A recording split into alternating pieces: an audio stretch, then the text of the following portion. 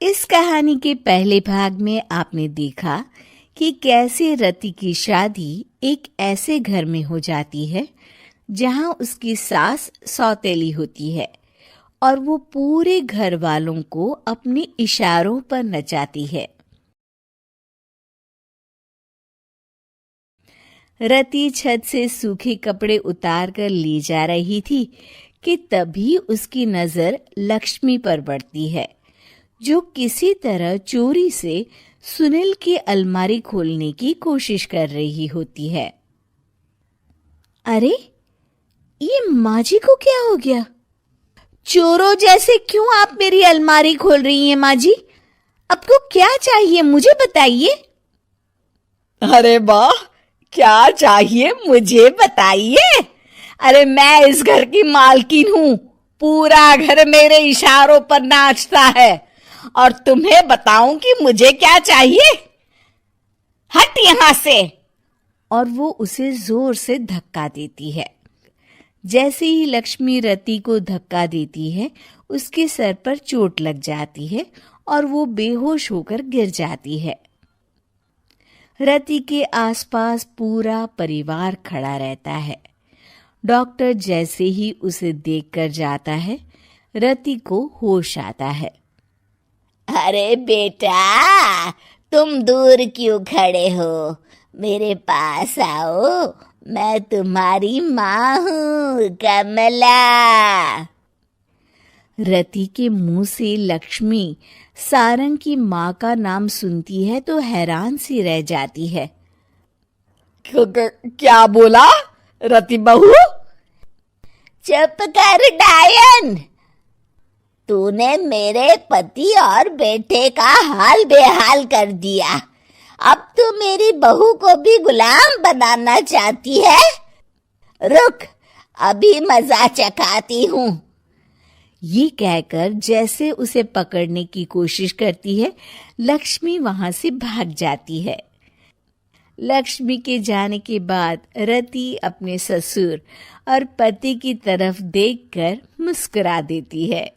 दोनों समझ जाते हैं कि ये रति की चाल है। अगली सुबह लक्ष्मी का पति खाना लेकर खेत में जाने के लिए निकल ही रहा होता है कि लक्ष्मी उसे रोक देती है। अरे कहाँ चल दिए खाना लेकर? आज घर का काम कौन करेगा? तभी पीछे से रति आ जाती है और जोर से चिल्लाती है। कौन इनको काम पर जाने से रोक रहा है? मैं अभी उसे मजा चखाती हूँ। जैसे ही रति लक्ष्मी की तरफ बढ़ती है, लक्ष्मी घबरा जाती है। मैं तो मजाक कर रही थी बहन। आखिर मैं कौन होती हूँ रोकने वाली? मैं तो बस ये पूछ रही थी कि घर का काम कौन करेगा? कौन क्या? तू करेगी। चल उठा झाड़ू और शुरू हो जा।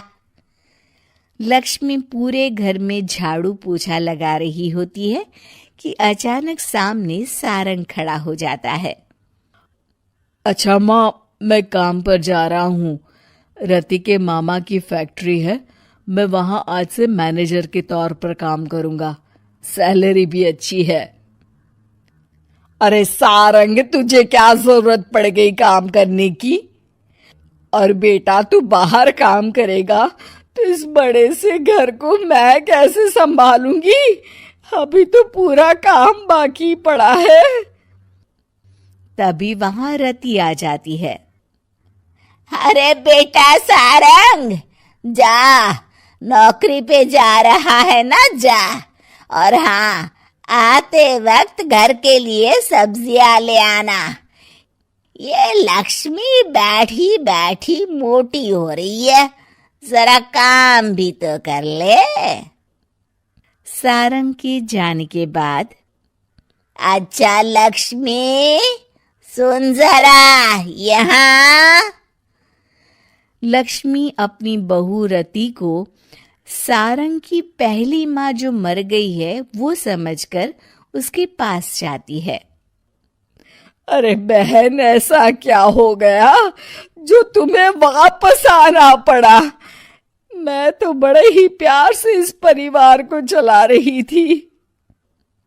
प्यार से तो मैं बहुत साल से तुझे मजा चखाना चाहती थी, लेकिन किसी औरत का शरीर मुझे नहीं मिल रहा था प्रवेश करने के लिए। अब से ना मैं बहू के शरीर में रहूंगी। और हाँ, तूने कोई भी चालाकी दिखाई या मेरे घर के लोगों को परेशान करने की कोशिश की तो तेरा गला दबा दूंगी।